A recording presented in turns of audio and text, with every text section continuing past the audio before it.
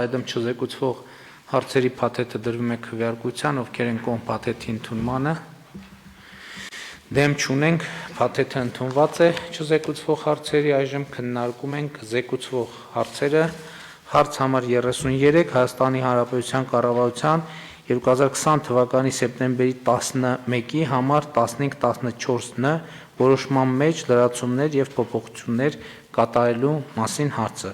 Զեկուցող առողջապահության նախարարի պաշտոնակատար Անահիտ Ավանեսյան։ Խնդրեմ Տիկին Ավանեսյան։ Շնորհակալություն մեծարգո պարոն վարչապետ, հարգելի գործընկերներ, ձեզ քննարկման եմ ներկայացնում կարանտինի մասին որոշման մեջ փոփոխությունների նախագիծը, կորոնավիրուսային հիվանդության կանխարգելման նոր միջոցների ներդրումը հնարավորություն է ընձեռել վերանայել մեր սահմանափակումների շրջանակը, քանի որ սահմանափակումները իհարկե ինքնանպատակ չեն եւ ուղղված են կանխարգելելու վարակի տարածելիությունը, ուստի մենք ճկուն կերպով փորձում ենք ներդնելով պատվաստումային գործընթացը դրան զուգընթաց, նաեւ հետևելով այլ երկրներում տեղի ունեցող արագ փոփոխությունները, թեթևացնել կարանտինի մասին որոշման կետերը։ Սույն նախագծով ուրեմն այն քաղաքացիները, ովքեր որ կունենան պատշաճ պատվաստման հավաստագիրը, կանաչ անձնագիրը, այսինքն կունենան 2 դեղաչափ ստացած կլինեն, այսուհետև մեր երկիր գալու համար լրացուցիչ ՊՇՌ տեստի հանձնման կարիք չեն ունենա։ Այսինքն ՊՇՌ թեստի բացասական արդյունքը եւ պատվաստման կանաչ անձնագիրը հավասարապես կգործեն որպես սահմանի հատման պահանջ։ Պետք է իհարկե ուշադրություն դարձնել, որ սա մեր երկիր մուտք գործելու պահանջն է եւ դեռ այլ երկրների քաղաքականությունը եւս փոփոխվում է ժամանակի ընթացքում եւ պետք է ուշադիր լինել երկրից մեկնելու համար, պետք է նայել թե տվյալ երկիրը ինչ պահանջ է ներկայացնում։ Ես սա շեշտում եմ, որպեսզի շփոթության առիթ չլինի։ Մենք դիտարկում ենք, որ որոշ երկրներ արդեն իսկ ունեն նման քաղաքականություն, որ պատվաստման հավաստագիրը հեշտացման եւ այնուհետեւ նաեւ կգա ժամանակը սահմանը հատելու միակ թույլատրելի միջոցն է, բայց մենք եւս փորձում ենք այսպես ժամանակից հետ չմնալ եւ մեր քաղաքացիներին զերծ պահել ավելորդ կատարվող հետազոտություններից եւ ֆինանսական միջոցներ ծախսելուց։ Կուզեի նշել, որ մեր կայքում մանրամասն կերպով ներկայացված է քայլ առ քայլ, թե ինչպես ներբեռնել հավելվածը, ինչպես դրանից օգտվել եւ դա եւս շատ կարեւոր է, որ մեր քաղաքացիները լավ տեղեկացված լինեն։ Հաջորդիվ մենք նաև ուրեմն փոփոխություն ենք մտցրել մինչև 1 տարեկան երեխաներին երկիր էլի մուտք գործելուց ՊՇՌ թեստավորման պահանջը հանել ենք, քանի որ ընտանիքներով գիտենք հիմա ճամփորդելու սեզոնը բացվում է ընտանիքներով եւ ուսումնասիրություններ անելուց հետո հանգեցինք, որ մինչև 1 տարեկան երեխաներին զերծ պահենք, քանի որ եթե ընտանիքի անդամների մոտ բացասական է արդյունքը, ուրեմն շատ մեծ է հավանականությունը, որ մինչև 1 տարեկան երեխան այլոց հետ չի շփվում եւ եւս բացասական կլինի նրա թեստի արդյունքը։ Բացի դրանից փորձել ենք որոշման մեջ հստակեցնել ուրեմն ՊՇՌ թեստի արդյունք չունեցող եւ հրաժարվող քաղաքացիների մեկուսացման եւ հոսպիտալացման կարգերը, քանի որ մեր օրենքը հնարավորություն է տալիս 2 ռեժիմ կիրառել, եթե անձը ունի որոշակի սիմպտոմներ, ապա նա ենթակա է հոսպիտալացման, բայց եթե չունի որևէ սիմպտոմ, այլ ուղղակի հրաժարվում է ՊՇՌ թեստ հանձնել եւ չունի պատվաստված լինելու մասին հավաստագիր, ապա նրա նկատմամբ կիրառվում է մեկուսացման ռեժիմը։ Շնորհակալություն, այսքանը խնդրում ենք հաստատել։ Հարգելի գործընկերներ, որոշումը 2 կողմ ունի։ Առաջինը Հայաստանի Հանրապետության քաղաքացիների կամ ավելի ճիշտ Հայաստանի Հանրապետությունից մեկնող մեր քաղաքացիների մասին է, որտեղ երբ որ նրանք մեկնում են որևէ պայմաններում եւ պատվաստվում են նոր են մեկնում, վերադառնալիս արդեն որևէ հավելյալ գործողություն անելու անհրաժեշտություն չեն ունենում։ Սա կարևոր է, այսինքն շատ լավ կլինի, որպեսզի մեր քաղաքացիները մեկնելուց առաջ պատվաստվեն, որպեսզի վերադառնալիս այլևս որևէ նախակորոնավիրուսային ռեժիմով մուտք գործեն երկիր։ Երկրորդը խոսքը վերաբերում է զբոսաշրջիկներին։ Պետք է արձանագրել, որ մեր զբոսաշրջային ոլորտը վերականգնման շատ թույլ նախանշաններ է ցույց տալիս եւ այս առումով նույնպես կարեւոր է, որ մենք հնարավորություն տանք զբոսաշրջիկներին, որոնք արդեն պատվաստվել են առանց հավելյալ ստուգումների մուտք գործել երկիր։ Այստեղ իհարկե պետք է այդ տեղեկատվությունը տարածել եւ ենթադրվում է բոլոր երկրներում էլ արդեն կան այդ կանաչ անձնագիր կոչվածները էլեկտրոնային եւ այս կարգավորումը պիտի վերաբերվի նաեւ նրանց եւ ուզում եմ արձանագրել նաեւ հետեւյալը, որ ըստ էության մենք հիմա կարող ենք արձանագրել, որ Հայաստանում կորոնավիրուսի երրորդ ալիքը կայունացման որոշակի միտումներ է ցույց տալիս եւ ըստ էության կրկին կարող ենք արձանագրել, որ ժամանակը եւ դինամիկան բերում է այն համոզմունքի, որ մենք բավականին լավ ենք կառավարել եւ բավականին լավ ենք կառավարում կորոնավիրուսի համավարակը։ Էլի ուզում եմ ընդգծել, որ օրինակ ես հիշում եմ 2020 թվականի մայիսին, հունիսին, հուլիսին, առավել եւս օգոստոսին մեզ ի ցույց էին դնում մի շարք երկրների օրինակներ եւ մեղմ ասած փոթորիկներ էին ստեղծում մեր իրադրության շուրջ։ Ես բոլոր այդ մարդկանց եւ մեր բոլոր հայրենակիցներին խորհուրդ եմ տալիս, որ այդ տեղեկատվությունը բաց է։ Տեսնել, թե 2020 թվականից հետո ինչ է տեղի ունեցել մեզ ի ցույց տրվող երկրներում, մինչև այսօր նայել դինամիկան, բոլոր թվերը, առողջապահական համակարգի վիճակները եւ տեսնել, թե ինչ է տեղի ունենում Հայաստանի Հանրապետությունում։ Մենք ըստ էության նաեւ ամենաճգնաժամային շրջանում, յետպատերազմական շրջանում եւ այլն, ունեցել ենք ընդհուպ հասկանալի պատճառներով ընդհուպ օրը 2000 դեպք, բայց իրավիճակը այդ առումով երբեք դուրս չի եկել վերահսկողությունից, եւ մենք հիմա էլ այսօր ունենք 425 դեպք, որը փոքր թիվ չէ, բայց եթե մենք նայում ենք վերջին 10 օրվա դինամիկայի մեջ, մենք կարող ենք արձանագրել, որ կայունանում է վիճակը։ Երեք առողջապահության նախարարությունում տեղի ունեցած խորհրդակցության ընթացքում զեկուցվեց, որ հիմա նորից հիվանդանոցները ետ են ծավալվում եւ ըստ էության կարող եմ ասել, որ մենք այստեղ անհավատալի արագություններ ենք զարգացնում, թե ինչ արագությամբ ենք մենք հիվանդանոցները ծավալում եւ ինչ արագությամբ ենք հետ ծավալում, եւ սա շատ կարեւոր է, բայց այնուամենայնիվ ես ուզում եմ, որ մենք կրկին կենտրոնանանք պատվաստման գործընթացի վրա։ Պատվաստման այս պահի դրությամբ մենք ունենք 5000-ից մի փոքր ավել քաղաքացի պատվաստված, ինչքան է թիվը այսօրվա դրությամբ։ Երեկվա դրությամբ 7100 պատվաստում ունենք արդեն։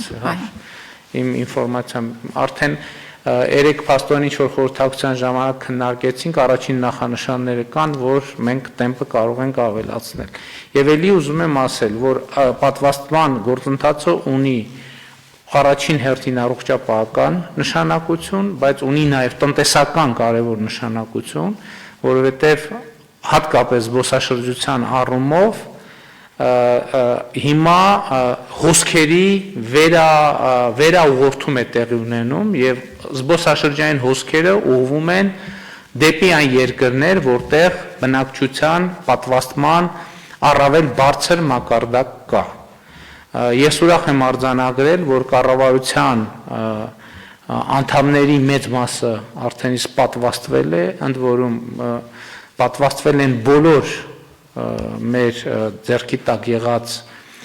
պատվաստանյութերով։ Երեք մենք առողջապահության նախարարությունում քննարկել ենք մեր մատակարարումների եւ պատվաստումների ցիկլերը ճշգրիտ հաշվարկելու եւ պլանավորելու խնդիրը եւ մենք պետք է այս ուղղությամբ գնանք այո Հայաստանը պետք է շատ արագ ձևով համալրի կանաչ երկրների շարքը եւ սա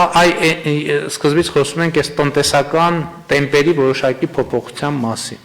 եթե մենք պատվաստումը հասցնենք պատշաճ մակարդակի համոզված եմ որ տնտեսական տեմպը ոչ միայն կպահպանվի այլև կարագանը Այս առումով ես հատկապես հույս ունեմ, որ մեր բիզնես հանրության ներկայացուցիչները կխրախուսեն աշխատողներին, գործավորներին, որպեսզի կազմակերպված ձևով ընկերություններում տեղի ունենա պատվաստում, մանավանդ որ մենք գիտենք հիմա կա առողջապահության նախարարություն նաև շրջիկ խմբեր է կազմակերպում եւ մեծ ձեռնարկությունների Պարագայում կարող են ճիշտ եմ չէ հասկանում Տիկին Ավանեսյան մեծ ձեռնարկությունները կարող են առողջապահության նախարարության հետ պայմանավորվել գնան տեղում իրականացնեն պատվաստումը մենք հիմա մտածում ենք նաև որ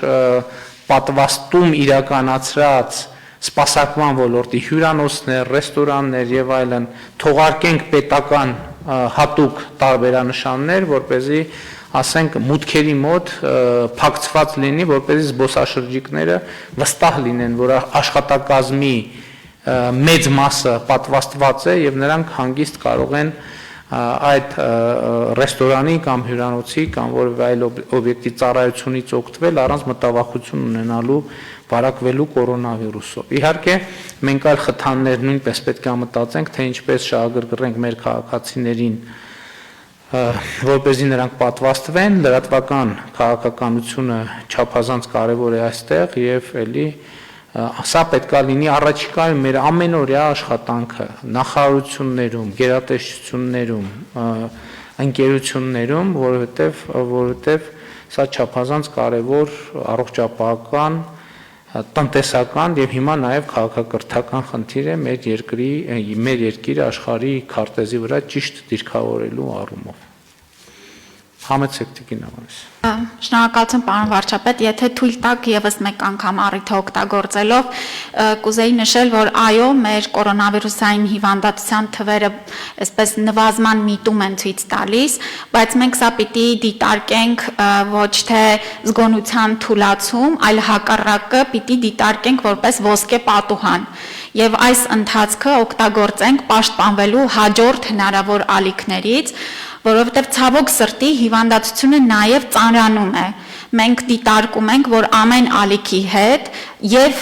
տարիքային երիտասարդացումը եւ ռիսկի խմբերի անձանց մոտ բարդությունները, ծանրությունը հիվանդության բավական մեծացել է։ Ուստի ունենք լավ հնարավորություն եւ կառավարությունը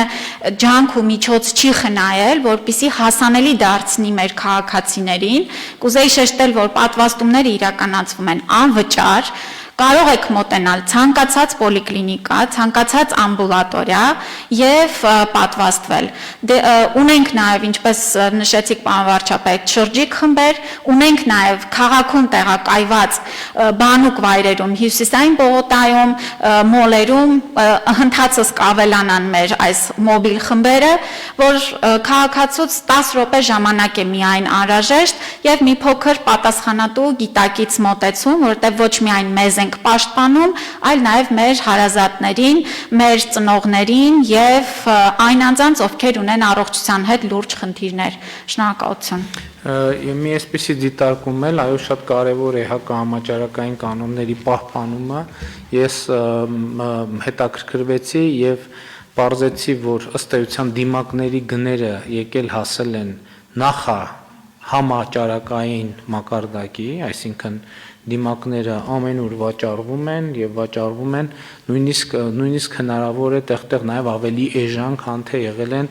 համաճարակից առաջ, ուստի շատ կարեւոր է, որ մենք դիմակների կրման կանոնները հստակ պահպանենք եւ ժամանակի ընթացքում երևի պետք է ավելի մեծ ուշադրություն դարձնենք դրան եւ ոստիկանության հետ պիտի քննարկենք հարցը, թե ինչպես կանոնների պահպանման նկատմամբ հսկողությունը ուժեղացնենք, որպեսզի այո, այս պատուհանը օգտագործենք։ Խնդրեմ, պարոն Հարությունյան։ Պարոն վարչապետ, այն գաղափարը, որ բիզնեսին տրվի նման սահմանված նմուշի կանաչ, այսպես ասած, սպիտակներ, որը ցույց կտա, որ այդ հիմնարկները զերծ են կամ հիմնական մասը պատվաստված են, ես առաջարկում եմ, որ նմանատիպ պիտակներ եւ սահմանված նմուշի ուրեմն վկայականներ տրամադրվեն նաև գերատեսչություններին, պետական գերատեսչություններին, որովհետև սա նույնպես պետական գերատեսչությունների պատասխանատվությունը եւ միայն բիզնեսի առումով չպետք է սահմանափակվեն եւ ես մի հարց ունեմ Տիկին Ավանեսյանին, Տիկին Ավանեսյան, արդյոք բոլոր տեսակի պատվաստանյութերով պատվաստած քաղաքացիներ, տուրիստները կամ զբոսաշրջիկները, օտարերկրացիները, որ գալիս են Հայաստան, ընդունելի են մեզ համար եւ կարող ենք ասել, որ ազատ է նրանց մոտքը Հայաստան։ Շնորհակալություն հարցի համար, այո, պարոն Հարությունյան, ընդհանուր առմամբ հաստատված մոտ 10-ից մի փոքր ավել պատվաստանյութեր կան եւ մենք ընդունում ենք տվյալ երկրից եկող քաղաքացիների, ուրեմն երկրում արկա պատվաստանյութերով պատվաստելու հավաստումը։ Եթե տվյալ երկիրը նրան տվել է կանաչ անձնագիր, ապա մենք դա ընդունում ենք եւ մեր երկիր գալու համար բաց կլինի նրանց համար։ Ես էլի ուզում եմ այս տեղեկատվությունը ընդ որում պետք է անընդհատ շրջանառվի։ Հիմա իհարկե այդպիսի շատ նախնական տեղեկություններ կան, բայց մեծ հաշվով գրեթե տեսանելի է, որ մի X պահից երկրները ընդհանրապես արգելելու են չպատվաստված քաղաքացիների մուտքը իրենց տարածք։ Սա անխուսափելի հեռանկար է եւ դա կարող է, ասենք, օգոստոսից, սեպտեմբերից կարող են արդեն հայտնվել այդպիսի երկրներ, ինչա սա կարևոր հիմա արձանագրել եւ անընդհատ իրազեկել մեր քաղաքացիներին, որովհետեւ պատվաստման գործընթացը չի իրականացվում մեկ ներարկումով։ Պատվաստման գործընթացը իրականացվում է երկու ներարկումով եւ սովորաբար կարող է ներարկումների միջև այդ ժամկետը տևել 2 ամիս։ Այսինքն, եթե օրինակ որևէ մեկը պլանավորում է, որ օգոստոսին պետք է ինչ-որ երկիր մեկնի, ճիշտ կլինի, որ ինքը այսօրվանից պատվաստվի, որովհետեւ ճիշտ է, այսօր չկա այդ արգելքը, բայց գործընթացների քննարկումների տրամաբանությունը զարգանում է այն ուղղությամբ, որ արդեն օգոստոսից կհայտնվեն երկրներ, ովքեր նույնիսկ տրանզիտի համար կարող են ուղղակի հնարավորություն չտալ չպատվաստված քաղաքացիներին վայրեջք կատարել իրենց օդանավակայաններում։ Այնպես որ ելն եմ ասում, դա շատ կարևոր է, որպեսզի հետո օգոստոսին, սեպտեմբերին չհնչի հարց, բա ինչու մենք չգիտենք, բա ինչու տեղեկացված չենք եւ այլն եւ այսպես շարունակ։ Եվ կարծում եմ, որ մենք իսկապես պետք է ակտիվացնենք այսօրվա թվի դինամիկան փաստորեն մի փոքր մենք տեսանելի աճ ունեցել ենք եւ կրկին, այո, բոլոր գերատեսչություններին, նախարարություններին պետք է այդ գաղափարը ընդհանրապես գուցե հետագայում ավելի զարգանա, հնարավոր է տաքսիների համար այդպիսի թողարկում իրականացվի, որ զբոսաշրջիկները, ասենք, եթե նշանը ունեն, տաքսիները իմանան, որ վարորդը պատվաստված է եւ այլն եւ այսպես շարունակ, որտեւ ճիշտ է, ելի եմ ասում, մեծ է հավանականությունը, որ կհաղթահարվի, արդեն երևում է, թե ինչպես, բայց դա չի նշանակում, որ հարցը օրակարգից դուրս է գալու, որովհետեւ դեռ պիտի պարզվի, թե պատվաստանյութերը ինչքան ժամանակ են երաշխավորում եւ այլն եւ այսպես շարունակ։ Համեցեք, պարոն։ Շնորհակալություն, պարոն վարչապետ, քանի որ առհասարակ կորոնավիրուսի հետ կապված քննարկում գնաց, կարծում եմ պատեհ առիթ է ամփոփել այն գործողությունները, որ կառավարությունը նախաձեռնել է 2020 թվականից սկսած, նաև որոշակիորեն ամփոփ տեսքով ներկայացնել են տրամաբանությունը, որով որ մենք առաջնորդվել ենք 2020 թվականի մարտ ամսից սկսած, որովհետև մինչ օրս երևի թե հնչում են քննադատական խոսքեր, թե օրինակ ինչու էր 2020 թվականի սկզբին այդքան կոշտ միջոցառումներ ձեռնարկվում եւ ինչու է հիմա այդքան մեղմ մեր վերաբերմունքը, եւ այստեղ կա շատ հստակ տրամաբանություն եւ դուք նշեցիք, պարոն վարչապետ, որ կյանքը կոպիտ ասած ցույց տվեց, որ այդ տրամաբանությունը ճիշտ էր 2020 թվականի սկզբում եւ առհասարակ աշխարհում ոչ միայն Հայաստանում առողջապահական որևէ համակարգ կորոնավիրուսային հիվանդության դեմ պայքարին պատրաստ չէր սարքավորումների առումով, պատրաստ չէր այն ծավալների առումով, որ այդ հիվանդությունը այո, մեթոդաբանության առումով եւ առհասարակ շատ բաներ անհայտ էին եւ 2020 թվականին մեր քաղաքականությունը սկզբին եղել է շատ կոշտ եւ ունեցել ենք տնտեսական սահմանափակումներ, եթե հիշում եք հարգելի գործընկերներ, բոլոր մուտք գործողներին Հայաստանի Հանրապետություն մենք տանում էինք հյուրանոցներում էինք պահում կարանտինային ռեժիմում եւ այդ մի քանի ամիսները մեզ թույլ են տվել առողջապահական համակարգը էականորեն պատրաստել պայքարին մենք ձեռք ենք բերել թթվածնային սարքեր, արհեստական շնչառության սարքավորումներ եւ մեր հիվանդանոցները ամբողջապես վերազինել ենք եւ հետագայում նաեւ փուլային հնարավորություն ենք ունեցել այդ մեր կոշտ քաղաքականությունը մեղմացնել, եթե կհիշեք նաև արտակարգ իրավիճակների նախարարության աշխատակիցներն էին ինտենսիվ ժամանակին process-ների մեջ ներգրաված, ինտենսիվ զանգեր էին կատարվում եւ այդ ժամանակահատվածի մեր կոշտ քաղաքականությունը թույլ է տվել չունենալ այն բարձր թվերը, որ ունեցել են այլ երկրներ եւ առողջապահական համակարգերը ուղղակի չեն ունեցել հնարավորություն սպասարկել բոլորին։ Մենք բարեբախտաբար նման իրավիճակում չենք հայտնվել ի պատիվ առողջապահական համակարգի բոլոր աշխատակիցների եւ հատուկ շնորհակալություն նրանց մենք կարողացել ենք ամբողջապես ծառայությունները մատուցել կորոնավիրուսի հետ կապված բոլոր դեպքերը գրեթե ծանր դեպքերը ուղեկցվել են հիվանդանոցներ եւ մարդկանց տրվել է պատշաճ բուժօգնություն Եվ հետագայում նաև տնտեսությանը չվնասելու առումով մենք փուլային վերացրել ենք սահմանափակումները, թողնելով այն մինիմալ սահմանափակումները դիմակների կրման եւ որոշակիորեն նաև տեստավորման որոշակի պահանջ թողնելով մենք եկել ենք արդեն այն իրավիճակին, որ այսօր մենք կարող ենք արձանագրել հարկային եկամուտների ռեկորդային թիվ ապրիլ ամսվա ընթացքում, որը նշանակում է, որ էապես տնտեսությունը վերականգնվում է եւ նաեւ ապագայի մասին խոսելիս նաեւ հստակ պետք է արձանագրենք, որ այդ հնարավորությունը վերջնականապես կորոնավիրուսային համավարակը հաղթահարելու մենք ունենք եւ ունենք այս տարվա ընթացքում եւ եւս մեկ անգամ կոչ ենք անում մեր բոլոր քաղաքացիներին պատվաստվել, որովհետև դա է այն միջոցը, որով որ աշխարհը վերջնականապես ստեցություն է ասելու այս հիվանդությանը եւ հետեւապես մենք մեր օրինակով նաեւ ցույց ենք տվել, որ դեռևս ողջ ենք պատվաստվելուց հետո եւ որևէ վտանգ չկա եւ պետք է օգտագործենք այս տարին այդ հնարավորությունը եւ վերջնականապես հաղթահարենք հիվանդությունը Շնորհակալություն պարոն Ավինյան, ես ուղղակի ուզում եմ մի դրվագ հիշեցնել, որը կհաստատի ձեր ասածը, երբ որ կորոնավիրուսի համավարակը սկսել էր ամբողջ աշխարհում, նաև Հայաստանում, այսպես ասած, խոճապերային առումով, որ թվում էր, թե արհեստական շրջառության սարքերը ամենաառանցքային նշանակությունն են ունենալու մարդկանց կորոնավիրուսից փրկելու համար եւ մենք նույնպես ձեռք բերեցինք բավականին մեծ թվով սարքեր, փառք Աստծո ոչ այնքան մեծ թվով, հետո պարզվեց, որ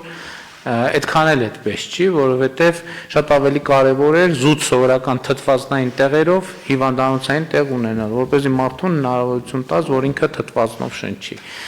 Երբ որ մեթոդաբանության մասին ենք ասում, ըստ էության անհայտ հիվանդություն, որը մարդիկ ոչ մեկ չգիտեր, թե ինչ է տեղի ունենալու։ Եվ այո, այդ առումով մենք շատ կարևոր է, ես հիշում եմ անցյալ տարվա հուլիսին մենք կանգնած էինք երկրորդ լոկդաուն հայտարարելու տենց եզրին, բայց էլի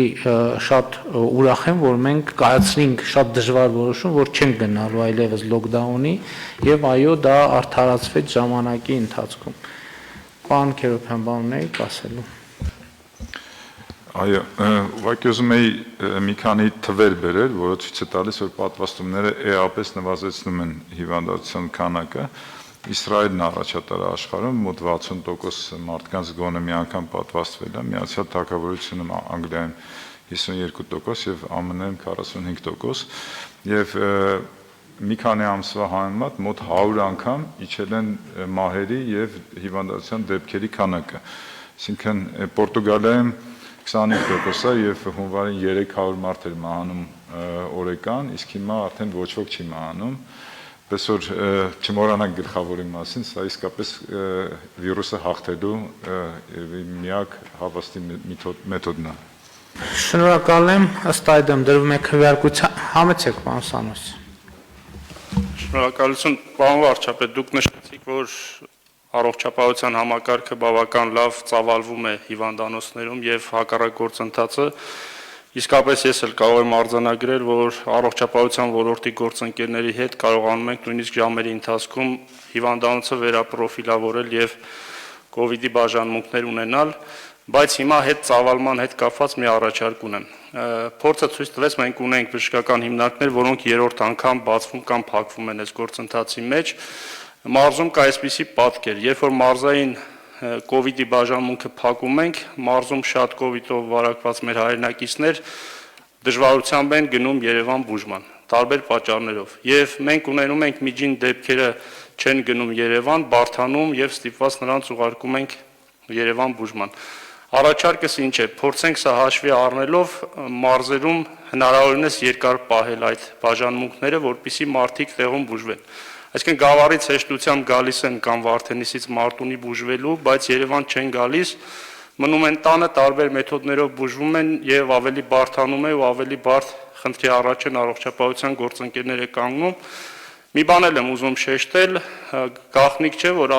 այս ոլորտում աշխատող բժիշկները բավական լավ վարձատրվում են, երբ որ մենք մարզերում այս բաժանմունքները պահենք, մարզային բժիշկները բավական լավ կվարձատրվեն, ինչը կարծում եմ նորից կարևոր է։ Շնորհակալություն։ Համեցեք Տիկին Ավանես։ Շնորհակալություն, ես շատ ուրախ եմ այս դիտարկման համար, սա գիտեք կորոնավիրուսը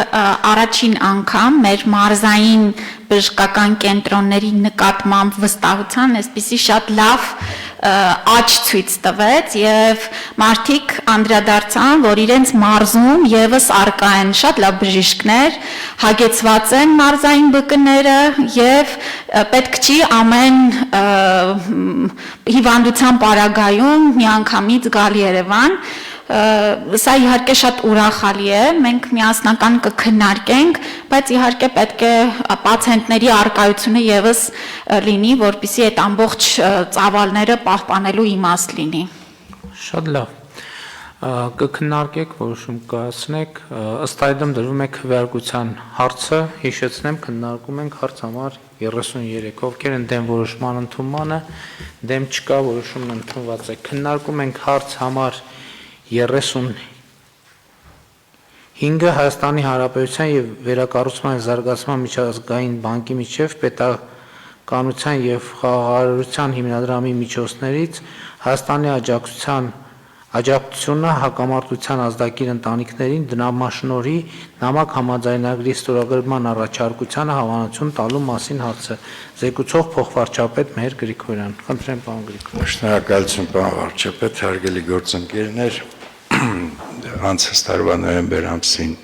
վարչապետի կողմից հրապարակված ճանապարհային քարտեզի շրջանակներում մենք իրականացրել եւ իրականացվում ենք սոցիալական աջակցության ծրագրեր մեր տեղահանված եւ տուժած հայրենակիցների համար։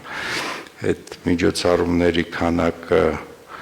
հանրագումարով ավարտված եւ ընթացող էսպային զուտ սոցիալական բնույթի կազմում մոտ 25 միջոցառում։ Մենք բնականաբար բոլոր այդ միջոցառումները քննարկում ենք մեր միջազգային գործընկերների հետ, այդ թվում ֆինանսական կառույցների, ներկայացնում ենք իրանց մանրամասները։ Տվյալ դեպքում համաշխարհային բանկը պատրաստակամություն է հայտնել 25-ից թվով 4 միջոցառումների գծով հանդիսանալ համաֆինանսավորող, անհատույց համաֆինանսավորող եւ 3.718.000 գումարի չափով դրամաշնորհ է ցանկանում տրամադրել Հայաստանի Հանրապետության կառավարությանը այդ միջոցառումների իրականացմանը խթան որպես եւ համաֆինանսավորելու ցանկությամբ։ մենք այս բանը պետք է հավանություն համաձայնագրին եւ ընթացակարգով ստորագրենք եւ ստանանք դրա համար շնորհակալություն։ Շատ լավ, հարցեր։ Չկան հարցերը, ըստ այդմ դրվում է քվեարկության, ովքեր են դեմ որոշման ընդունմանը, դեմ չկա, որոշումը ընդունված։ Այսինքն սա օգտագործելու ենք մեր ընթացիկ ծրագրերի ֆինանսավորման համար։ Մասնավորապես պարոն վարչապետ 68,000-ների ծրագիրն է սրանով համաֆինանսավորելու վարձակալության 30-45 հազարական հատուցումները եւ աշխատատեղերի հետ կապված ունենք եւս երկու միջոցառում, այդ միջոցառումների համաֆինանսավորման նպատակով նույնպես իհարկե տենց նույնականացված չի, ուղղակի երբ որ մենք ներկայացրել ենք, այդ ծրագրերն են մասնավորապես մանդատավոր համարվել այս դրամաշնորհի համար։ Շատ լավ, շատ կարևոր է, շնորհակալ ենք մեր գործընկերներին աջակցության համար։ Այժմ քննարկում ենք հարց համար 36-ը Հայաստանի Հանրապետության 2021 թվականի պետական բյուջեի մասին օրենքում վերաբաշխում, փոփոխություն եւ լրացում կատարելու եւ Հայաստանի Հանրապետության կրթության, գիտության, մշակույթի եւ սպորտի նախարարությանը գումար հատկացնելու մասին զեկուցող կրթության, գիտության, մշակույթի եւ սպորտի նախարարի պաշտոնակատար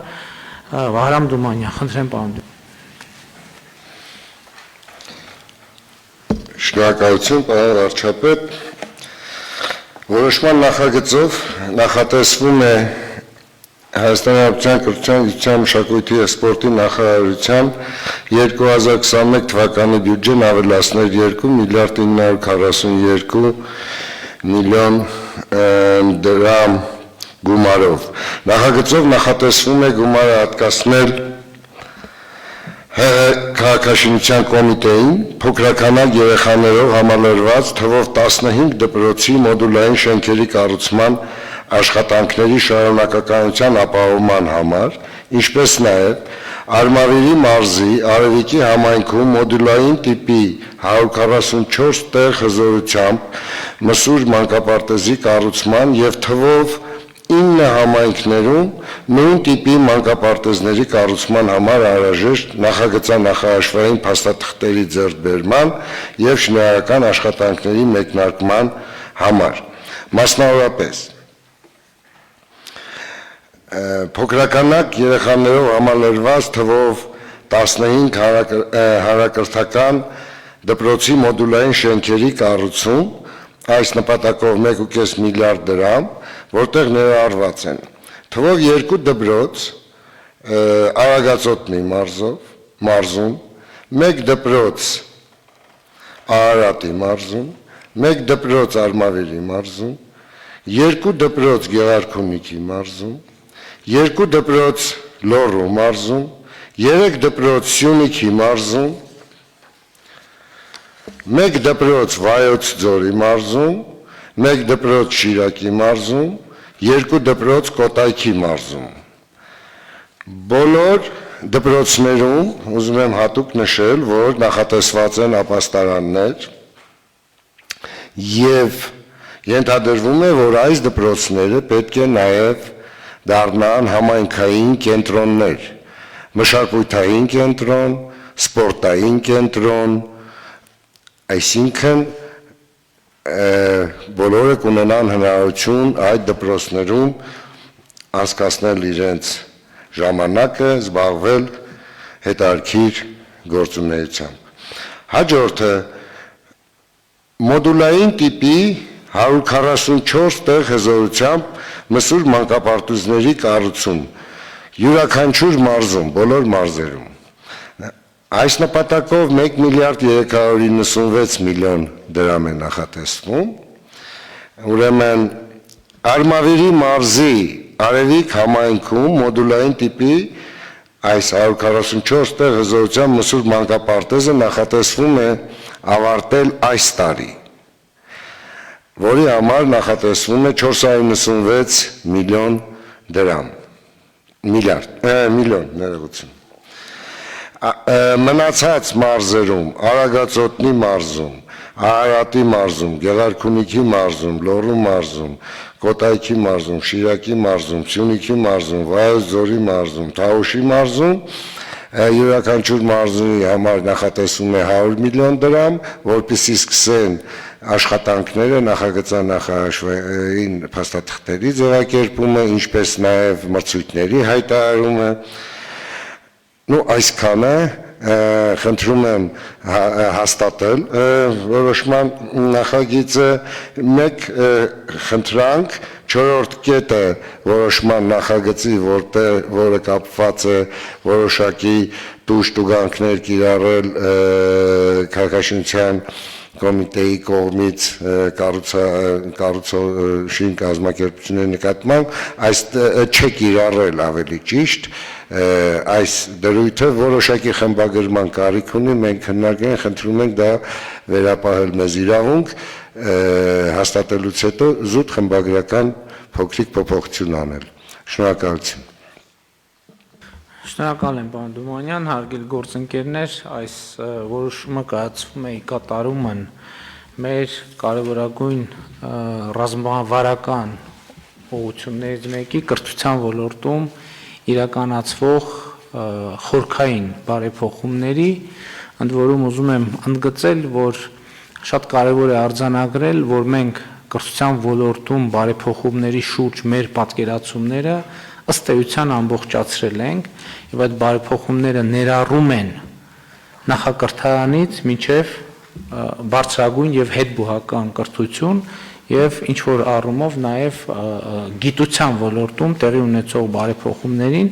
իհարկե ելի ինչքան էլ ամբողջացնում ենք այստեղ եւս մի կոմպոնենտ ենք մենք ավելացնում սրան ժողովրդագրական ծրագրերը նույնպես պիտի դրվեն այս շղթայի մեջ որպես նախնական եւ կարևորագույն օղակ, բայց մենք այսօր այդ թեմային չենք անդրադառնա, շատ կարևոր եմ համարում ընդգծել, բարձրաձայնել, թե մենք որ մարզերում ենք իրականացնում եւ որ համայնքներում ենք իրականացնում, առաջինը դպրոցաշինության ծրագիրն է, այս ծրագիրը անցյալ տարի մենք մեկնարկել էինք, բայց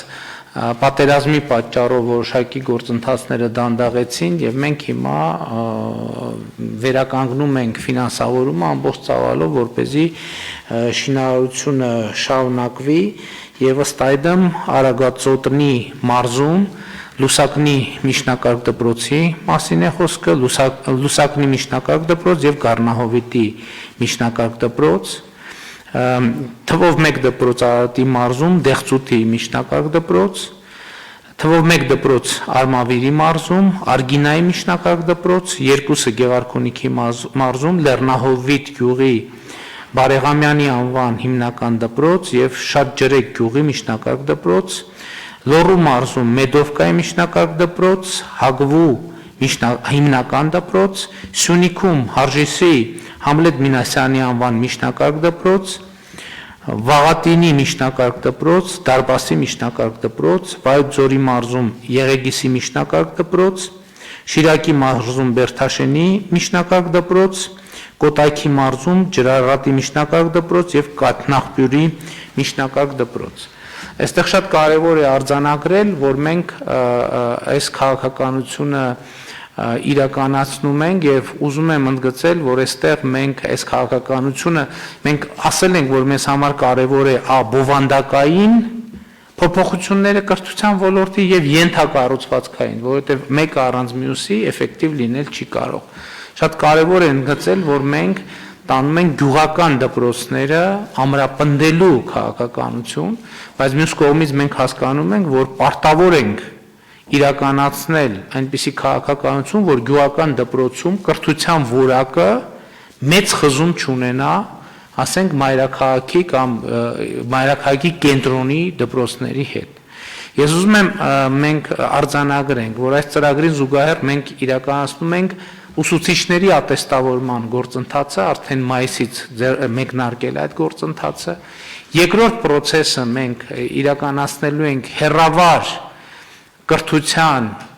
ենթակառուցվածքների իրականացումը, որ այս դպրոցներում հնարավոր լինի իրականացնել դասեր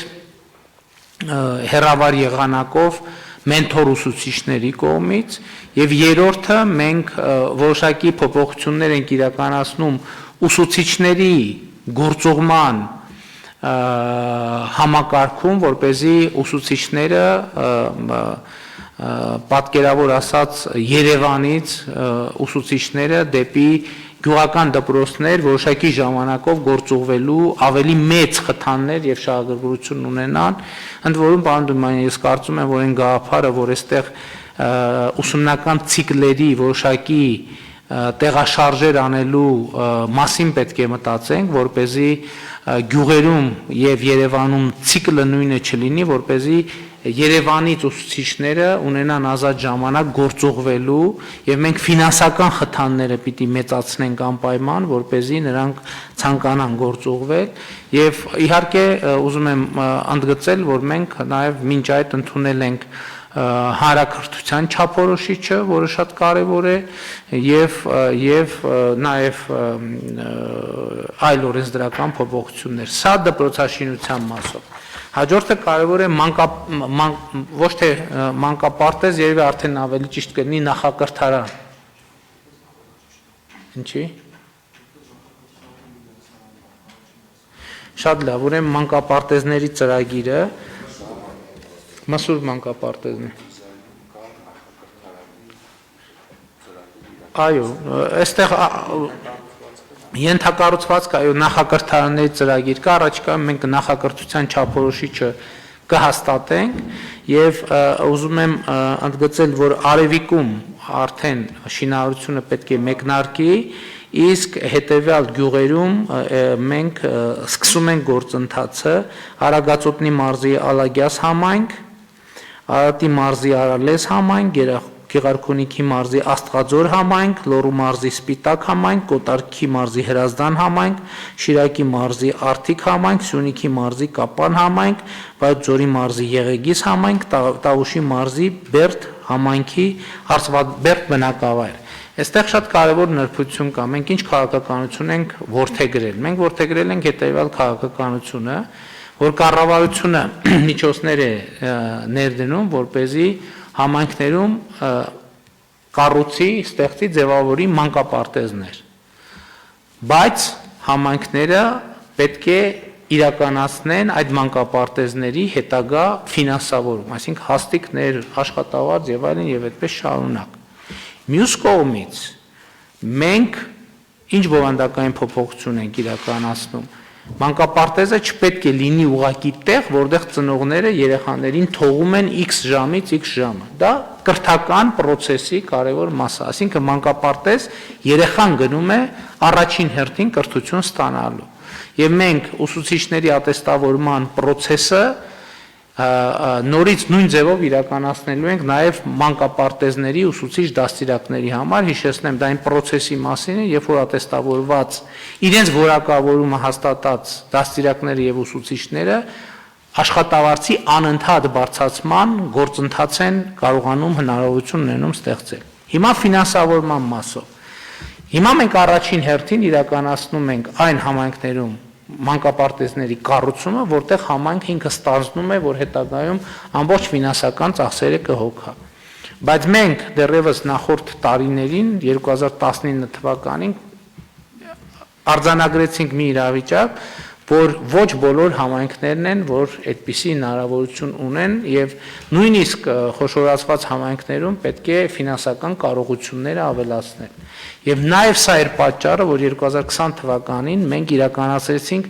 չափազանց կարևոր բարեփոխում, խոսքը գույքահարկի համակարգի բարեփոխումների մասին է, ինչը հնարավորություն պիտի տա համայնքների եկամուտների ավելացման։ Բայց ես ելի ուզում եմ վերադառնալ, հիշում եք էլի շատ մեծ աղմուկ եւ քննարկում եղավ ոնց գույքահարկը ինչպես կարելի է մեծացնել, այդ գույքահարկը ներդրվելու է այդ թվում գույքահարկ վճարողների երեխաների կրթությունը, այսինքն բարեկեցությունը ապագա ապահովելու գործում։ Եվ շատ է խոսվում այն մասին, որ Հայաստանում բարեփոխումների գործընթացը տեղի չի ունենում կամ դանդաղ է տեղի ունենում եւ այլն եւ այսպես շարունակ, բայց ես կարծում եմ, որ մենք պետք է արձանագրենք, որ նույնիսկ 2020 թվականի ճգնաժամային տարում արվել են սկզբունքային նշանակություն ունեցող բարեփոխումներ։ Գույքահարկի համակարգի փոփոխությունը, օրինակ պետական կարևորագույն բարեփոխումներից մեկն էր եւ մենք շատ ուրախ եմ, որ մենք քաղաքական կամք ցուցաբերեցինք 2020 թվականի իրականացնելու, որը ֆունդամենտալ ինստիտուցիոնալ փոփոխություններ իրականացնելու մեր կյանքում։ Եվ ելի ուզում եմ ընդգծել, դուք արդեն գիտեք, արձանագրել ենք, որ մենք Հայաստանում գրանցված աշխատատեղերի նորանոր պատմական ռեկորդներ ենք սահմանում, այսինքն ամեն անգամ մենք արձանագրում ենք, որ գրանցված եւ աշխատավարձ վճարող աշխատատեղերի քանակը մեծանում է։ Իհարկե ամենատարբեր վերլուծություններ կան, թե ինչն է սրա պատճառը, բայց ես ելի ուզում եմ հիշեցնել, որ երբ որ դեռևս 2018 թվականին մենք նախաձեռնում էինք համահարթ եկամտային հարկի վերաբերյալ բարեփոխումները, մենք ունեինք հենց այդ թիրախը։ Այն ժամանակ էլ շատ մեծ բանավեճեր էր տեղի ունենում, բայց մենք ասում ենք, որ մեր թիրախն այն է, որպեսզի ստեղծենք ռեալ շահագրգռություն, որպեսզի աշխատավարձերը եւ աշխատատեղերը դուրս գան ստվերից։ Եվ մենք այսօր տեսնում ենք, որ այդ փոփոխություններից հետո գործընթացը լիարժեք աշխատում է, ընդ որում ուզում եմ հիշեցնել, որ մենք առաջինը 23% համահարթեցրինք, հետո օրենքում դրեցինք, որ տարեցտարի դա նվազելու է։ Հիմա մենք ինչ իրավիճակ ունենք ըստ որպես արդյունք։ Մենք ունենք աշխատատեղերի աճ, որոնց մի մասը ակնհայտորեն ստվերից դուրս է եկել։ Իհարկե, ենթադրվում է նոր աշխատատեղեր են ստեղծվել։ Արդյունքում մենք ունենք միջին աշխատավարձի աճ,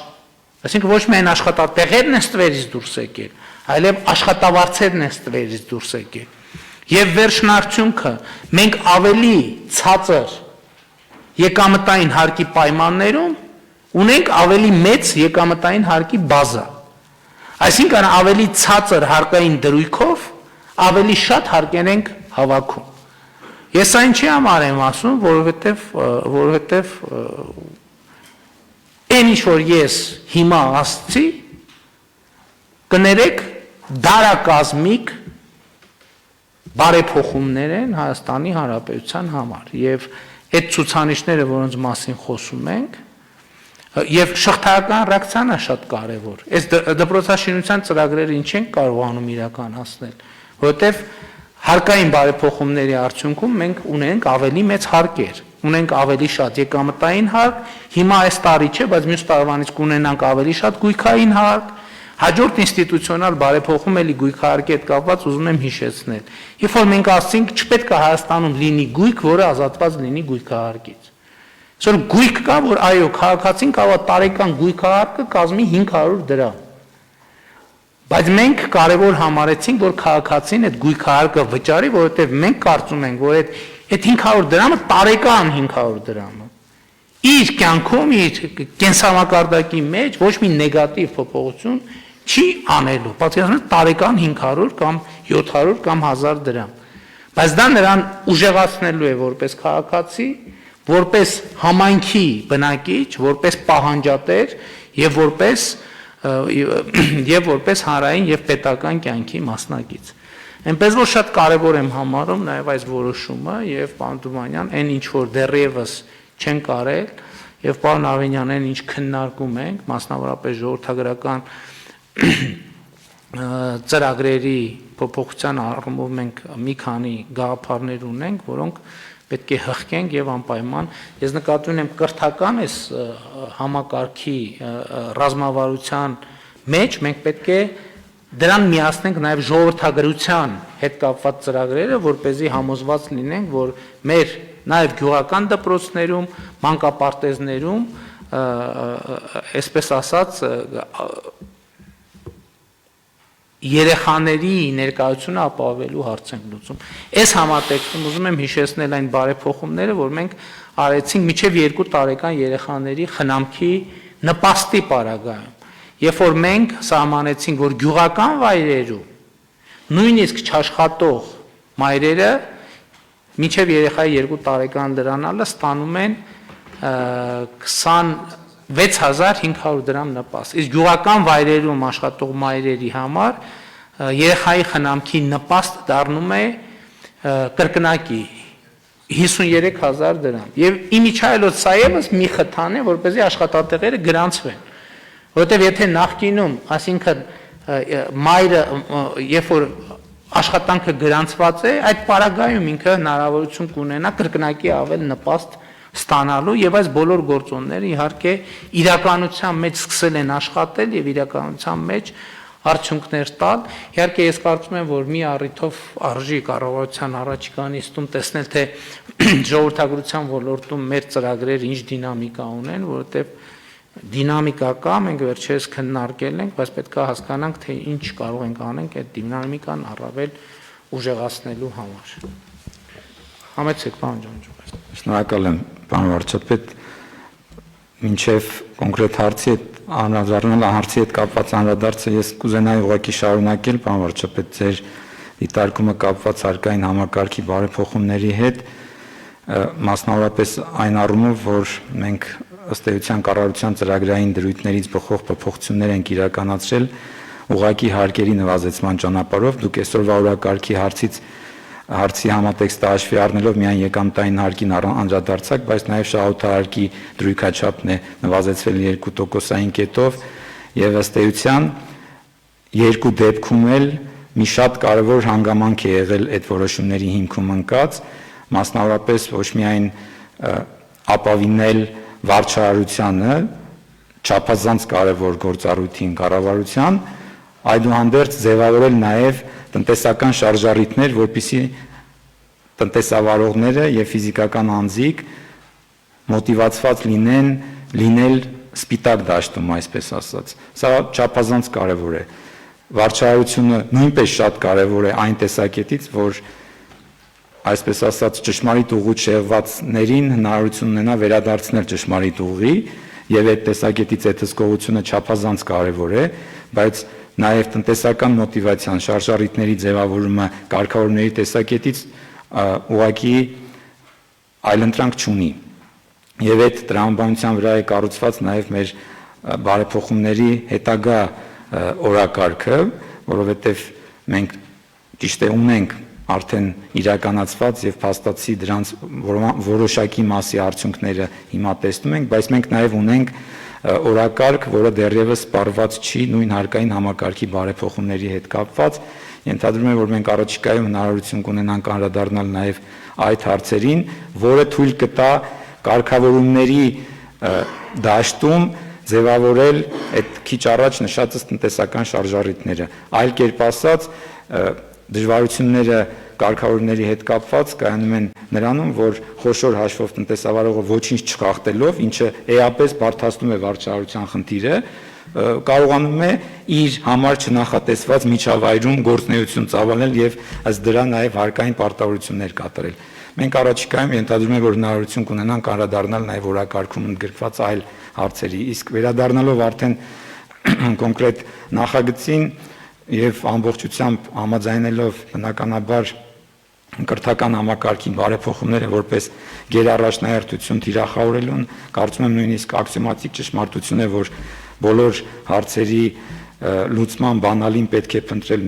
մեծ հաշվով հենց կրթության բնագավառում, այդուհանդերձ պետք է խնդրեմ, որպեսզի հնարավորություն տակ որոշակի տեխնիկական խմբագրությամբ նախագիծը արվի, որպեսզի մենք լավ նպատակին, լավ ճանապարհներով հասնենք, այստեղ որոշակի խնդիրներ կան, կարծում եմ հնարավոր կլինի խմբագրել եւ նախագիծը այդ ճանապարհով հաստատել։ Շնորհակալ եմ։ Համեցեք, պարոն։ Մի բան էլ ավելացնեմ խթանների հետ կապված, պարոն վարչապետ, եթե արձանագրումներ են կանում, ես նաև ուզում եմ հիշեցնել, որ տնտեսական միջոցառումները բոլոր COVID-ի հետևանքների չեզոքացման վստահեցնում եմ, որ յուրաքանչյուրը լուրջ խթաներ ապաստվերացման թե աշխատատեղերի եւ թե կազմակերպությունների։ Ես ուզում եմ ասեմ, որ մենք բավականին հետևողական ենք եղել եւ ունենք այսօր այն արդյունքը, որը ունենք աշխատատեղերի մասով առնվազն, որովհետեւ բոլոր միջոցառումները տրամաբանություն են ունեցել նախ եւ առաջ խրախուսել, նպաստել եւ օժանդակել գրանցված աշխատատեղեր եւ թափանցիկ ընկերություններ։ Այդ տարբերությունը մենք ընդգծված դրել ենք այդ միջոցառումների մեջ, բավականին քննադատվել ենք, ես ուզում եմ հիշեցնել, բայց ես կարծում եմ ավելի կարևորը արդյունքը, որը ստացել ենք, որովհետև այո, դուք ճիշտ եք նկատում, այս հատկացումը մենք իրականացնում ենք Պաուստաֆոնդից, որը ձևավորել եւ համալրել ենք հարկային եկամուտների աճի շնորհիվ։ Եվ վստահ եմ, որ շարունակելու ենք եւ ըստ էության այս ծավալը, որը մենք հատկացնում ենք, ոչ թե սահմանափակ ծավալ է, ուղղակի այդքանն է հնարավոր ուտիլիզացնել մոտակա ժամանակահատվածում, ըստ էության մենք սահմանափակում չունենք։ Այս համատեքստում պարոն Գրիգորյան շատ կարևոր եմ համարում, որ վերջերս, ընդ որում հետաքրքիր է, միայն վերջերս, երբ որ այս տնտեսական ակտիվությունը սկսվեց, ըստ ամենայնի նոր որոշեցին բիզնեսի ներկայացուցիչները ամփոփել եւ հիմա ես ստանում եմ բավականին թվով արձագանքներ, որոնք ասում են, որ եթե հակաճգնաժամային միջոցառումները չլինեին, մենք կփակվեինք։ Փոքր եւ միջին բիզնես այս շատ կարեւոր արձանագրում է եւ ես հասկանում եմ, թե ինչու է հիմա արձագանքները գալիս, որովհետեւ մարդիկ չգիտեին, թե երբ է այդ կոവിഡ്ի տնտեսական ճգնաժամի պիկը անցնելու։ Հիմա մարդիկ համենայնպես զգում են, որ երբ որ արդեն սկսել են զբոսաշրջիկներ եւ այլն, զգում են, որ պիկը անցել են եւ այս առումով իհարկե շատ կարեւոր է այդ արձանագրումը։ Խնդրեմ պարոն Քերոբ, չէ՞։ Համեցեք պարոն Ավինյան։ Շնորհակալություն պարոն վարչապետ, քանի որ անդրադարձ եղավ նաեւ այս արժեշղթայի երկու կարևոր կոմպոնենտներին, ժողովրդագրությանը եւ գիտությանը, կարծում եմ այստեղ էլ նաեւ պետք է արձանագրենք ինչ ենք արել եւ ինչ ենք նաեւ պատրաստվում անել, որովհետեւ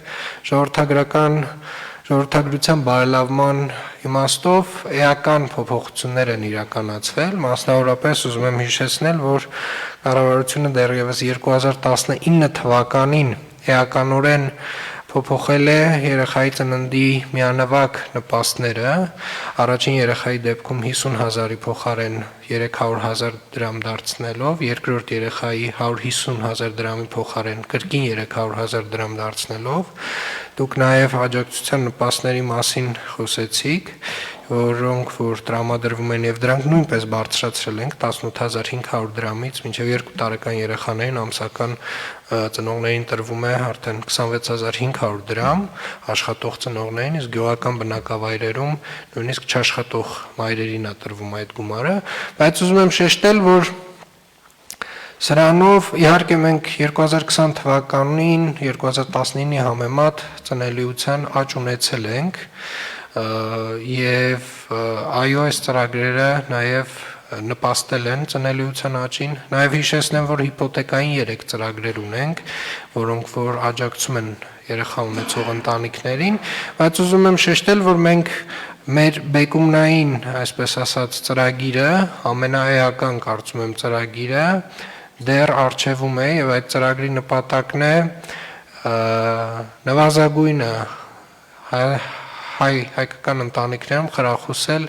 նվազագույնը 3 երեխա ունենալը։ Այս պայմանությամբ աշխատանք եւ սոցիալական հարցերի նախարարությունը մի նախագիծ է պատրաստել, որը շուտով կշրջանառվի։ Շատ հիմա մանրամասները չեմ ուզում ասել, բայց կարծում եմ, որ դա է լինելու այն ծրագիրը, որը էականորեն փոփոխելու է ժողովրդագրական իրավիճակը Հայաստանում եւ նաեւ կուզենայի անդրադառնալ գիտությանը տրամադրվող ֆինանսավորմանը, որը մենք կրկին մեր ուշադրության կենտրոնում ենք վայել դեռևս 2019 թվականից։ Հիշեցնեմ, որ դեռևս 2019 թվականին մենք որոշում ենք կայացրել 2019-ի բյուջեի համար, եթե չեմ սխալվում, որոշում ենք կայացրել, որ մոտավորապես 1.5 միլիարդով գիտության բյուջեն պետք է ավելանա։ Այս տարի մենք եւս որոշում կայացրեցինք հավելել 2.7 միլիարդ դրամ հատկացնելու վերաբերյալ։ Այս պայդրությամբ կրթության, գիտության, մշակույթի եւ սպորտի նախարարության կողմից, գիտպետկոմի կողմից մշակվել է գիտնականների աշխատավարձերի աստիճանական բարձրացման սանդղակ եւ 2022 թվականից մինչեւ 2025 թվականը, ես կարծում եմ մոտակա ժամանակներս դա կդրվի նախարարական կոմիտեի քննարկմանը եւ մենք այդտեղ էլ էական փոփոխություն ենք ունենալու եւ առհասարակագիտության ոլորտում ֆինանսավորման շեշտակի աճ ենք արձանագրելու գալիք տարիներին, նաեւ բայց պահանջելու ենք գիտական ինստիտուտներից արդեն կոնկրետ արդյունքներ, արդեն կոնկրետ չափելի ձևով պետք է այդ արդյունքները տեսանելի լինեն մեզ համար եւ կարծում եմ սա է այն ճանապարհը, մենք ավելացնում ենք ֆինանսավորումը եւ բազային աշխատավարձի եւ ենթակառուցվածքների վերակառուցման եւ ծրագրերի ավելացման առումով եւ արդեն մի փոքր այլ մոտեցում ենք ունենալու գիտությանը, նաև պահանջատեր լինելով եւ արդյունքների հետ կապված ավելի խստապահանջ լինելով։ Շնորհակալություն։ Համեցեք բանում։ Շնորհակալություն, պարոն վարչապետ, այն անունով ուզում եմ կենտրոնանալ ներկայացված նախագծի վրա եւ երկու դիտարկում անել, այնուհետև խնդրել հաստատել այս նախագիծը, ամփոփելով եւ հաշվի առնելով նախագծի ստրատեգիական եւ անվտանգային կարեւորությունը, որովհետեւ կրթությունը այո սկսվում է մսուր մանկապարտեզից, գնում է միջև գիտություն,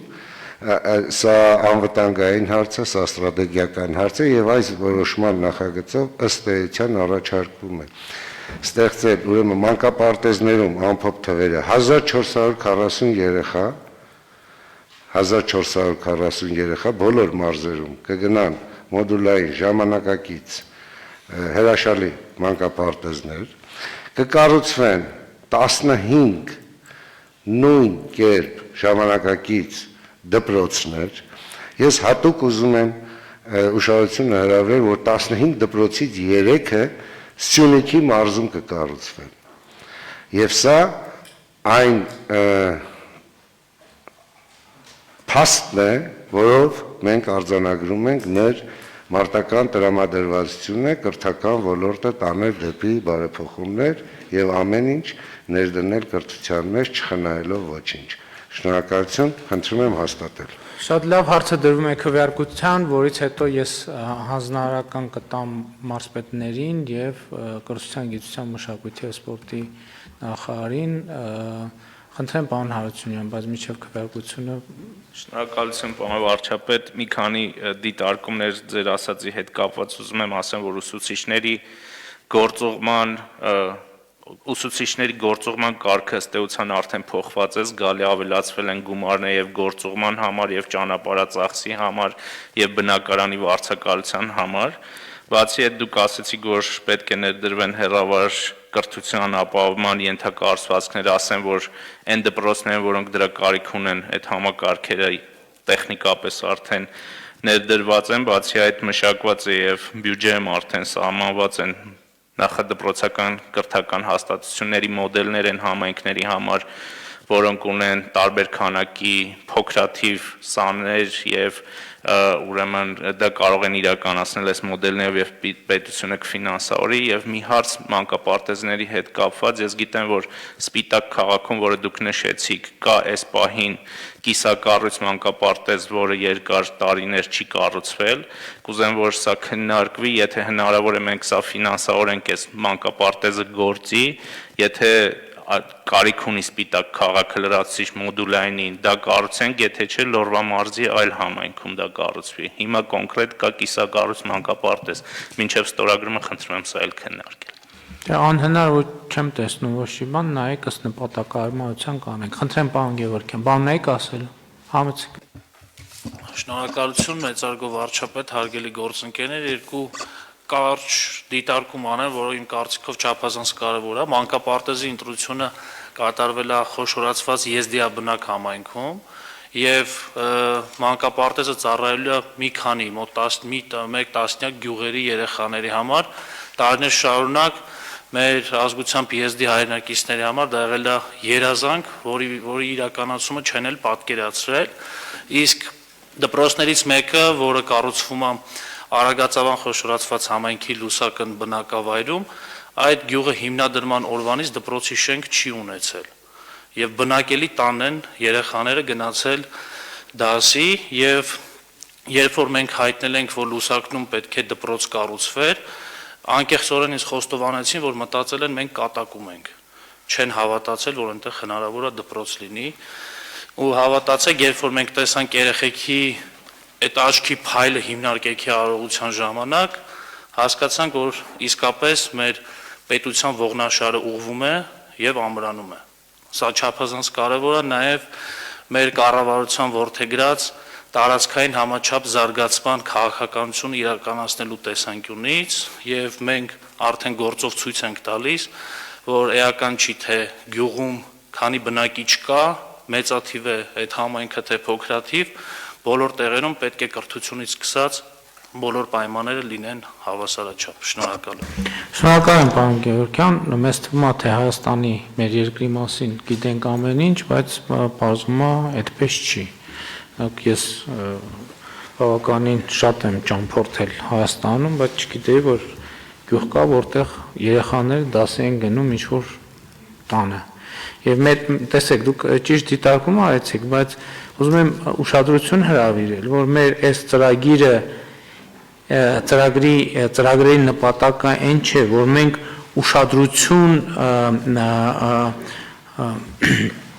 ուշադրությունը մեր ընդգծենք քիչ բնակչություն ունեցող համայնքների եւ բնակավայրերի նկատմամբ։ Մեր նպատակն այն է, որ մենք ծրագրեր իրականացնենք, որպեսզի այդ բնակավայրերում բնակչության թիվը ավելանա, երեխաների թիվը ավելանա։ Սա կոնսերվացնող ծրագիր չի, որ այ փոքր համայնքա դե այնց անենք այդ փոքր համայնքը, սա զարգացման ծրագրեր են, այդ համայնքները պետք է մեծանան։ Ըստ այդմ, ես հիմա այս քննարկման արդյունքում մարզպետներին խնդրում եմ անել հետևյալ գործողությունները, բոլոր համայնքների ղեկավարներին պետք է հանձնարարել, որպեսզի նրանք իրենք հիմա ուսումնասիրեն գույքարկի մասին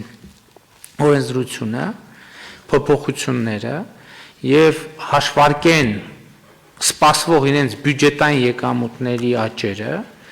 հարաբերության բոլոր բնակավայրերի երեխաների համար մենք պետք է ապահովենք մանկապարտեզներ։ Ընդ որում այստեղ հաշվարկները պետք է ճշգրիտ անեն։ Օրինակ մենք Ռինդ համայնքում, երբ որ նորակառույց շատ լավ մանկապարտեզ այցելեցինք, այդ մանկապարտեզը նախատեսված է ոչ միայն Ռինդի բնակիչ երեխաների համար։ Եվ մենք այսպես կարող ենք մի քիչ խոշորացված տրամաբանությամբ սկսել, հետո երբ որ երեխաների թիվը կավելանա, կպարզվի, որ Ռինդի երեխաները արդեն օրինակ բավարար թվով են, որպեսզի այդ մանկապարտեզը ծանրաբեռնեն, արդեն մենք շղթայական մյուս տեղերում էլ կիրականացնեն։ Բայց մեր նպատակը սա է, այսինքն ֆինանսավորումը հիմնականում իհարկե սուբվենցիոն ծրագրերով էլ պետք է իրականացվի մանկապարտեզաշինություն, բայց սկզբունքը միևնույնն է դա է, որ շահգործման հանձնելուց հետո պետք է համայնքը արդեն ապահովի աշխատավարձ, հաստիկներ, սպասարկում, կոմունալ ծախսեր, ընթացիկ նորոգումներ եւ այլն եւ այդպես շարունակ։ Եվ մենք այդ գործիքը տվել ենք արդեն համայնքներին, ինչպես ասացի, գույքահարկի մասին օրենսդրության մեջ կատարված փոփոխություններով։ Հաջորդը, պարոն Դումանյան, մենք էլի իհարկե քննարկել ենք աշխատանքային կարգով, բայց ուզում եմ հետևյալը արձանագրել։ Նախ նախակրթության ոլորտում նույնպես դաստիարակ ուսուցիչների ատեստավորման գործընթացը բովանդակային եւ տեխնիկական առումով կարգավորելու նույն սկզբունքով, որովհետեւ մենք այստեղ էլ ունենք խնդրեմ նախ կադրերի որակավորման բարձրացման մեխանիզմ գործարկելու եւ որպես արդյունք նաեւ աշխատավարձերի շարունակական աճը ապահովելու համար։ Այսինքն այս գործընթացը պետք է սկսել, նախակրթության չափորոշիչի մասին խոսեցինք, շրջանառության մեջ է եւ մենք առաջիկայում պետք է ընդունենք։ Երկրորդ, այդ հարցը այնուամենայնիվ պետք է արդեն կոնկրետացնենք գյուղական բնակավայրերում ուսումնական ցիկլերի այնպիսի կազմակերպում, որ հնարավոր լինի, այսպես ասած, բարձր որակավորման ուսուցիչների, չգիտեմ ինչ ժամանակով, ասենք ամսվա մեջ մի քանի օր կամ սեզոնի ավարտից հետո ամառային շրջանում գործուղել գյուղական դպրոցներ, որպեսզի նրանք այնտեղ դասավանդում իրականացնեն ինչ որ մեթոդաբանությամբ եւ հաջորդը հերավար հերավար դասավանդման տեխնիկական միջոցներ մենք արդեն ունենք, ենթակառուցվածքի մասով ինչ որ լուծումներ ունենք, շատ կարևոր է որ մենք բովանդակություն հասկանանք ի վերջո աշխատում է դա, որտեղ հարցը այն չի որ էկրանից ինչ որ մեկը երևա եւ ինչ որ բան ասի։ Այստեղ բազմաթիվ նրբություններ կան, ոնց ենք մենք օգնելու երեխային, որ ինքը կենտրոնանա նյութի վրա ընկալի եւ այլն եւ այդպես շարունակ։ Այսինքն այս երեք գործուղման, այո, գործուղման վճարները մենք ավելացրել ենք, բայց պետք է արդեն գործարկել այդ process-ը եւ հասկանալ թե այստեղ ինչ հնարավորություններ կան, ինչ փոփոխություններ պետք է անենք, որպեսզի գործընթացը ամբողջանա։ Իհարկե մենք հիմա բարձրագույն կրթության եւ գիտության մասին օրենքը ուժի մեջ մտնելու հետ կապված որոշակի խնդիրներ կան, հույս ունեմ այդ խնդիրները առաջիկայում կհաղթահարվեն, որպեսզի մենք այս շղթան ամբողջացնենք եւ իհարկե հույս ունեմ, որ այն գաղափարները, որ մենք ունենք ժողովրդագրության ոլորտում, մենք այդ գաղափարները իրագործելու ուղիները կգտնենք եւ այս առումով այս մարդկային ռեսուրսի զարգացման այս մի ուղղությունը կամբողջացնենք, իհարկե հաջորդը առողջապահություն, հա դպրոցներում իմիջայլոց երեք առողջապահության նախարարությունը մենք քննարկում ենք, մենք մինչև 18 տարեկան մեր երեխաների առողջության լրջագույն խնդիրներ ունենք, լրջագույն։ Եվ այդ խնդիրները կապված են նաև նրա հետ, պարոն Դումանյան, որ ըստ էության Հայաստանի Հանրապետությունում արդեն բավական երկար ժամանակ ֆիզկուլտուրայի դասը համարվում է այտենց ինչ որ ընդմիջում այլ դասերից եւ ելի եմ ասում նույնիսկ ես ինքս ցավոք սրտի նույնիսկ նախատեսված պլանավորված այցերի ժամանակ շատ դեպքերում երբ որ մտնում եմ ֆիզկուլտուրայի մարզադահլիճ դպրոցների այնտեղ տեսնում ենք ջինսերով, կոշիկներով, չգիտեմ, այսինքն ակնհայտ ոչ ֆիզկուլտուրայի դաս հասկացնող երեխաներ եւ սա հետո անդրադառնում է սպորտային միջոց զանգվածային սպորտի հետ կապված նույնպես պլաններ կան, բայց այս ուղղությունները պետք է անընդհատ մեր ուշադրության կենտրոնում դնեն։ Պարոն վարչապետ, թույլ տվեք ասել, որ շատ կարևոր հարց է, ահավոր կարևոր, այդ նույն խնդիրը կա ոչ միայն դպրոցներում, նաև բուհերում պետք է լինի այլ մակարդակի կազմակերպված, ինչը մենք չունենք, ցավոք սրտի, բայց ուզում եմ ասել, որ դա մեր ուշադրության կենտրոնում է, հիմա վետերանների, սպորտի վետերանների խումբ ենք ձևավորել մեր նախարարությունում, հենց այդ հարցը առաջնահերթ հարցերից մեկն է, ինչ լուծումներ կարելի է գտնել։ Դե գիտեք, հիմա եթե հասանք այդտեղ, տեսեք, մենք խոսել ենք, քննարկել ենք, այսօր ես չգիտեմ, այս փաստը ովքեր գիտեն, ինչքան մարդ գիտի, բայց այսօր Հայաստանում ոչ մի բուհ չկա, ոչ մի, որ ունենա ժամանակակից պահանջներին համապատասխան ենթակառուցված շենք։ Այսօր